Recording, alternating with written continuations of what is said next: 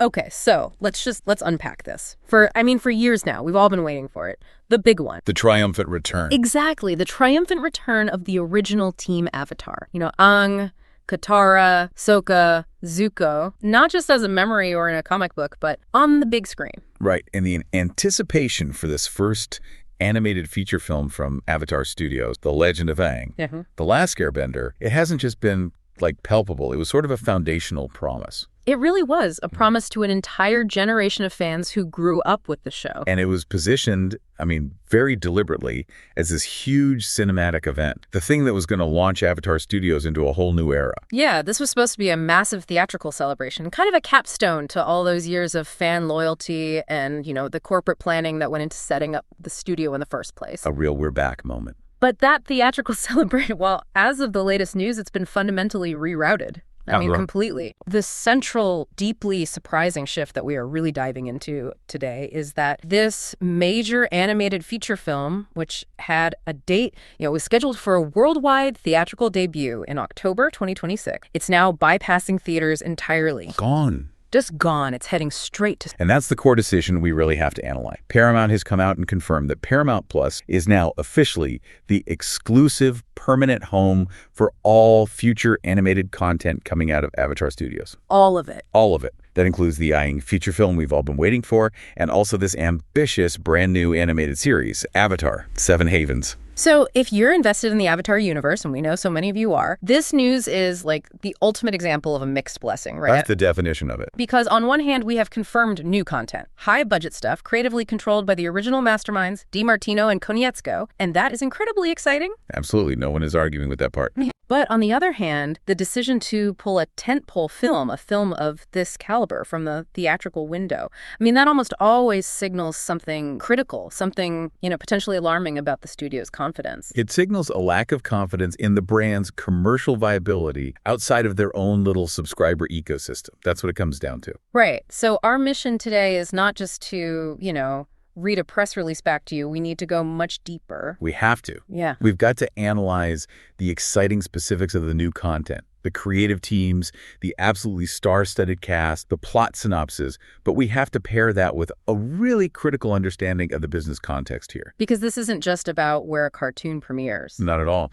It's about the brutal economics of streaming versus a theatrical release. And it's about what this complete reversal signals about Paramount's long-term strategy for, you could argue, one of his most valuable and certainly highest potential intellectual property. And to really appreciate the risk that Paramount is taking here, we have to remember the foundation, the original Avatar, The Last Airbender. It ran from 2005 to 2008 on Nickelodeon, and it was revolutionary. It wasn't just another popular kids show. Oh, that's crucial context. It was a critical darling. We're talking about a series that achieved genuine prestige.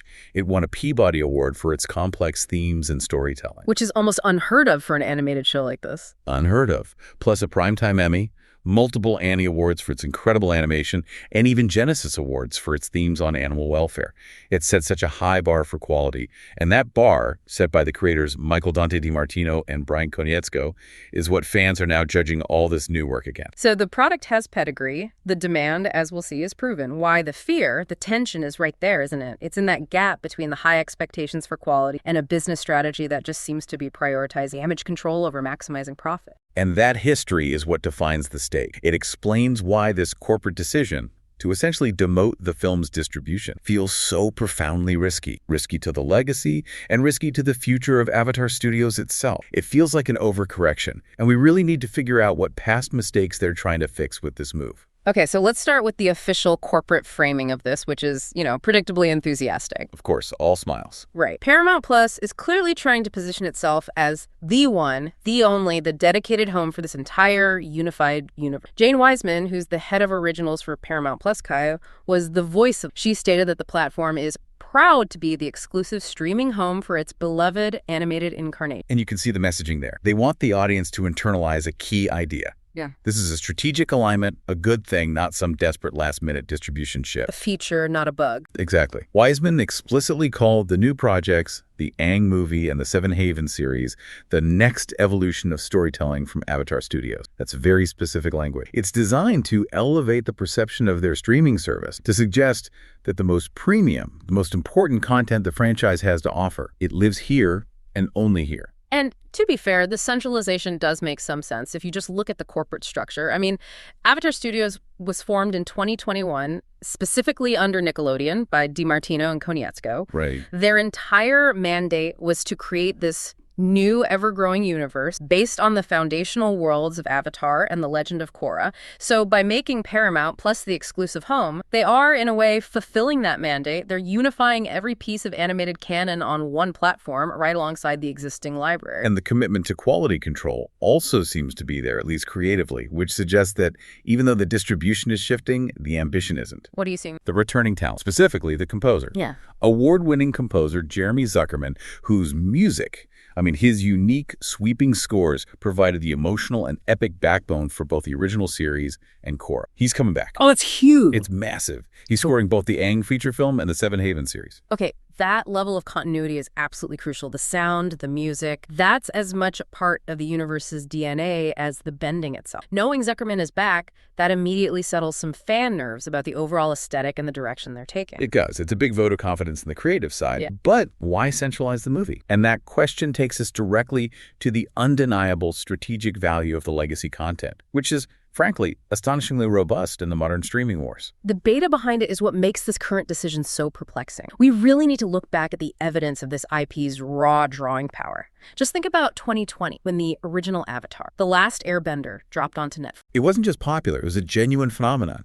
It completely dominated the charts. It topped Netflix's daily chart for over 60 consecutive days. 60 days, that's 2 months straight. 2 months.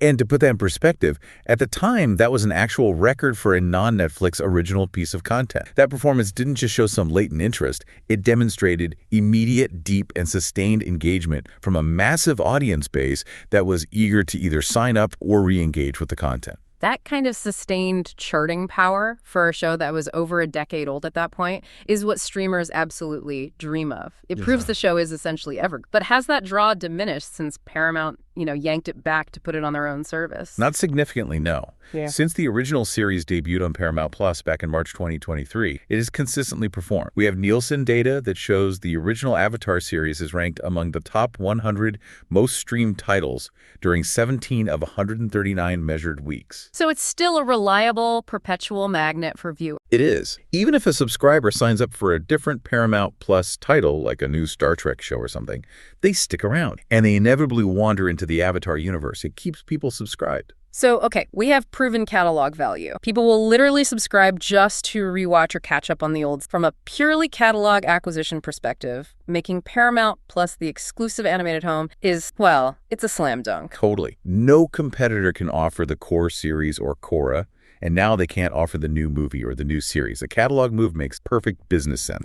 But forcing the high-budget, theatrically planned Aang movie into that same streaming strategy is the anomaly. It's the piece that doesn't fit. Catalog performance demonstrates the strength of the past. Forcing a tentpole film, one that was designed for maximum global revenue, to instead rely on just driving subscription, that demonstrates a very real internal anxiety about the strength of the future. You're saying their confidence in the old content is inversely related to their fear about the new content? I think so. They know the nostalgia is powerful, but they are clearly afraid.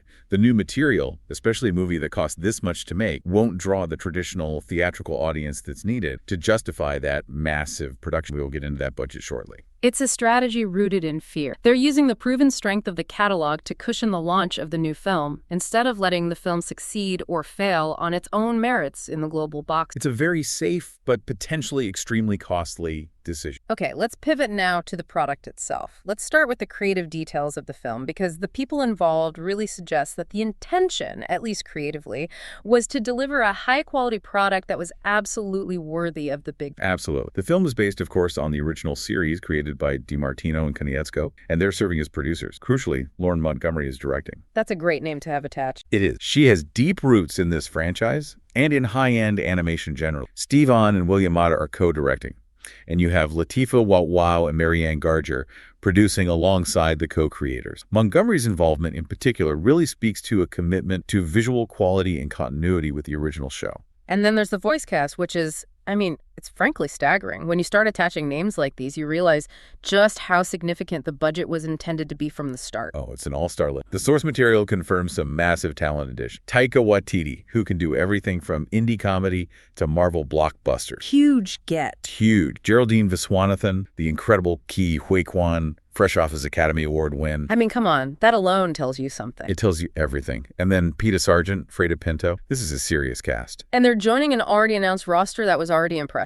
It included Dave Bautista, Eric Nam, Jessica Matten, Dion Quan, and Ramon Zaragoza. And most importantly for the longtime fans, D. Bradley Baker is confirmed to be returning. That's a huge relief. Baker is the signature voice actor for Appa and Momo, the iconic animal. Getting him back ensures that emotional familiarity remains completely intact. That collective star power absolutely screams theatrical. Screams red carpets and massive global marketing camps. It does. And the synopsis, the actual plot, it backs up that event status. It sets the stage for a really grand, high-stakes adventure for the original Team Avatar, who are now grown-up, established figures in the world. Right. The movie follows Aang, the world's last airbender, as he learns of an ancient power that could save his culture from extinction. Okay, so that suggests a story that directly addresses the existential legacy of the air nomads after the genocide, which is a massive narrative draw for fans. It is. And the synopsis continues, emphasizing the scope. It says he and his friends embark on a global quest to find this power before it falls into the wrong hands and threatens to upend the peace they sacrificed everything to. That last line, that's the emotional anchor, is the peace they sacrificed everything. It has to be. It implies that the end of the 100-Year War wasn't some simple happily ever after. It shows that maintaining global balance requires continuous, profound sacrifice and that the threats have evolved. They've moved from simple political warfare into something far more esoteric and, well, powerful. But all of that creative ambition is just fighting against the reality of the production cycle, and this is where the tension just explodes. It really does. The decision to bypass that theatrical debut, which was scheduled for late 2026, is merely the final indicator of some deep, deep internal trouble. We have to dissect the full timeline of the production chaos here, because this wasn't just a quick pivot. The film was originally leaded for 2024. I remember that. Then it slipped to late 2025. Then it was bumped again to early 2026, then pushed even further to late 2026, which was the theatrical date that has now been completely abandoned. And the latest press release, as you said, now officially lists the film as undated. It only promises it'll come out in the fall of next year. That kind of extreme internal flux over a 2-year period is just a flashing red light for any production. It's more than just a red light. We have reports that the film was, at various stages, shut down entirely for rewrite. This led to the assumption that it was in some version of production hell. Which is never. When a high-profile animated project suffers this many public delays and this much internal turmoil, the studio leadership, understandably starts losing faith in the final product's ability to be a theatrical success. And further complicating the identity of the film is this bizarre issue with the working title. They had a title, they released an official logo, they named their social media accounts after it, The Legend of Aang, The Last Airbender, and yet the studio has now officially reverted that title back to just a working title. To commit that deeply to branding, to put a logo out in the world and then to pull it back. Yeah. It just suggests massive uncertainty about the final pack. Right. What does that tell you? It indicates that either the creative direction has shifted so dramatically that the original name just doesn't fit anymore, or they're trying to prepare the ground for a soft launch under a different name. If the current perception, which is already marred by delays and these distribution shifts, remains negative. It's like they're keeping their options open in case they need to rebrand it entirely. Exactly. Now, while the official synopsis is pretty guarded, it does align with, and in doing so, it validates a lot of prior fan. And that's a significant point for those who've been following the production close. What kind of leaks are we talking about? Well, the official synopsis about Aang seeking an ancient power confirms the general thrust of these leaks. They suggested some really interesting elements, like the return of an unknown avatar, an airbending villain, which would be a major thematic departure for the series. An airbending villain? Wow. Yeah. And a powerful staff and an early Republic city setting. Okay, the early Republic city setting is a huge creative draw for the fan base because that city was only established in the Legend of Korra, which takes place long after Aang's time. 70 years later. So seeing Aang, Katara, and Sokka actually establishing and governing this foundational city, that would be a massive event. It's the kind of thing that connects the two series in a way fans have always craved. It's the bridge. It is. And losing the theatrical spotlight for such a narratively important bridge just feels like a tremendous missed opportunity. It absolutely does. The film carries the weight of bridging 70 years of franchise history. But the chaos around it suggests that the sheer weight of that expectation, combined with the difficulty of creating an ambitious, high-cost film that satisfies both nostalgic fans and new viewers, has led to this constant cycle of internal disruption. Okay, let's shift gears then. Let's look at the other major project. Because while the Aang movie, mired in all these delays and anxiety, the new series, Avatar, Seven Haven, actually appears to be moving forward with a real structure and a premise that dramatically pushes the franchise into uncharted post-Korra territory. Right. And I think this series is where Avatar Studios is really demonstrating its long-term vision for the IP, beyond just relying on nostalgia for the old characters. Structurally, what do we know? It's a major commitment. We're getting 26 episodes produced by Nickelodeon Animation, and they're dividing them into that classic Avatar format. Book 1 will be 13 half-hour episodes, and Book 2 will be another 13 half-hour. That pacing is a very welcome return to form. It is. And the creative stability. DiMartino and Konietzko are serving as co-creators and executive, and they're joined by Ethan Spalding and Sahash Seth. That familiar leadership team is so essential for making sure the show maintains core tone, the world building, and the thematic depth. But the premise, as you said, is where the franchise takes a very sharp left turn into much darker, much higher stakes territory. Set the stage for us. The story is set far in the future, long after the time of Korra, in a world that has been utterly shattered by a devastating cataclysm. The story follows a young earthbender who discovers she is the new Avatar. Okay, we have to stop there for a second. That immediately raises so many massive questions about the state of the world. If the world is shattered, what happened to the United Republic? What happened to the elemental nations we know? The world-building implications alone are just vast. They are. And this is the profound twist that I think sets Seven Havens apart from every previous iteration of Avatar. In this dangerous new era,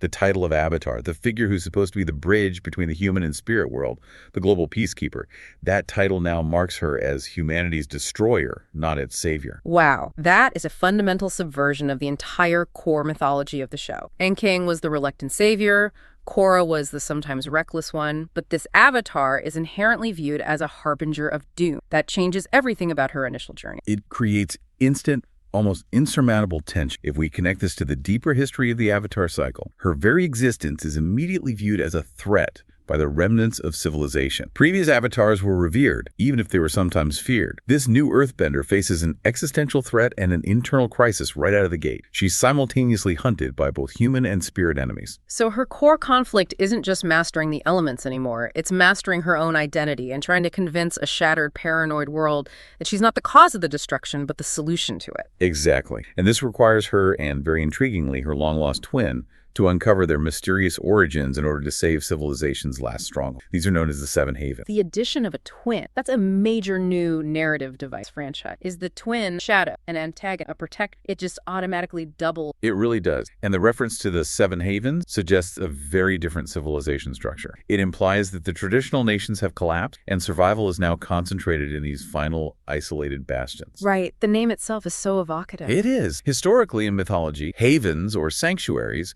are often places where knowledge or culture is preserved after a great flood or an apocalypse. If the world is shattered, the havens are likely the last repositories of each nation's history, its technology, or its spiritual. And the fact that there are 7 of that suggests they might not correspond to the 4 classes. Exactly. Maybe there's a spirit realm sanctuary, or a non-bender fortress, or even a deep-sea refuge. It's a massive creative canvas for them to paint on. And strategically, this show is considered to be on equal footing with the Aang. So Paramount isn't just banking everything on nostalgia. They're using both the movie and the series as mutual tent. That's the plan. The internal expectation is to stagger the releases by a few months. The Aang movie will provide that nostalgic hook and draw in lapsed viewers, and then Seven Havens will immediately follow to lock those subscribers in with the promise of an exciting original future for the franchise. So the streaming move for the movie actually helps that strategy. It does. Since Seven Havens was always intended intended as a Paramount Plus original. Shifting the Aang movie to streaming essentially aligns their entire growth strategy under one unified banner. The success of the feature film will now be judged not by box office dollars,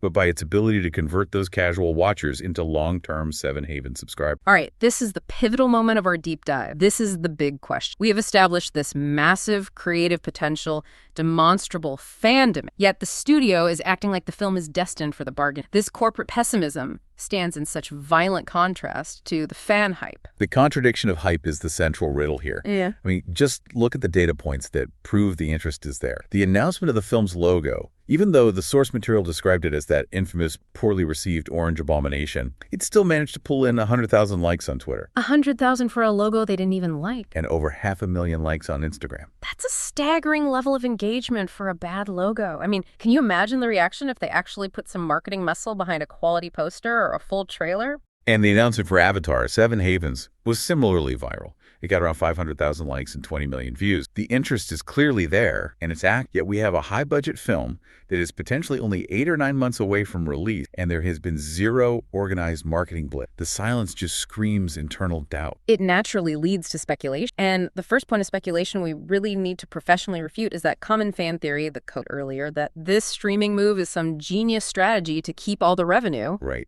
The idea that they're cutting out the theatrical middleman to maximize profit. Yeah. That theory fundamentally misunderstands modern film economics, especially for animated tentpole. If a film is expected to be a runaway success, you maximize your revenue through a global theatrical window first. That first window is pure profit maximization. Moving a film straight to streaming is almost universally interpreted by industry analysts as a signal of low confidence in the product's ability to clear a high break-even point in theaters. Because even if a film grosses, say, $400 million, the studio doesn't just get a check for $400 million.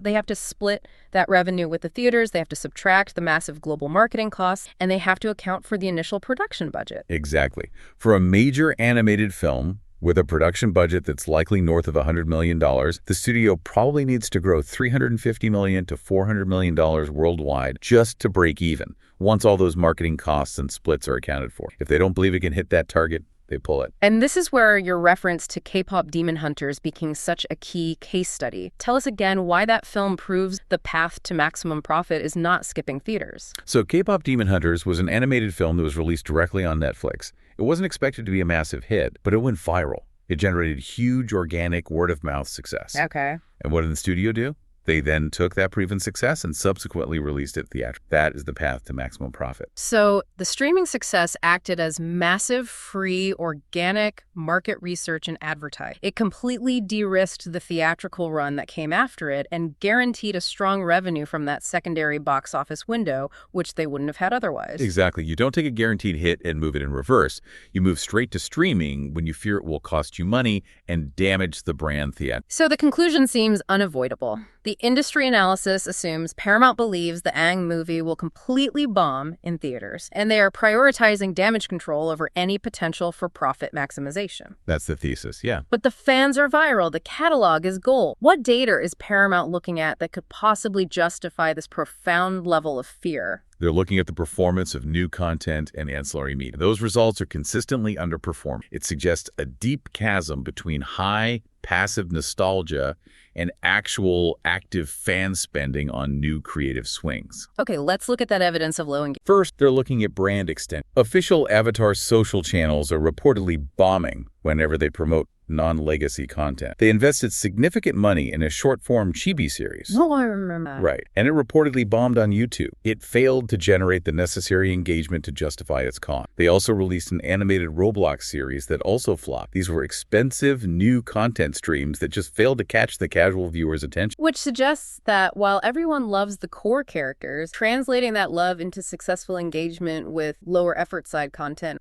targeting a very different demographic, that's been a significant struggle. The loyalty is deep, but it's narrow. And that narrowness extends to physical and literary media, which the studio views as key indicators of deeper fan commitment and, crucially, a willingness to spend money beyond just a streaming subscription. Let's look at the specific examples. Start with the Jinn. The Jinn novel is a perfect example. It's a young adult novel. It follows a supporting character from the original series. It expands the world building, and it was highly regarded by the core fans who actually read it. Okay, so a quality product. Yes, yet After being on the market for some time, it only had around 20 reviews on Amazon. In the world of publishing, that is a dismal number. It signals a very small, very niche sales audience. And what about the Bending Academy product? That's even more telling. The Bending Academy is a physical or interactive learning guide, likely a toy or some kind of educational product, designed to introduce younger fans to the concepts of bending. The source reported it had only one Amazon review after 1 to 2 months on the market. One review. One. That shows an audience that is intensely loyal to the core show,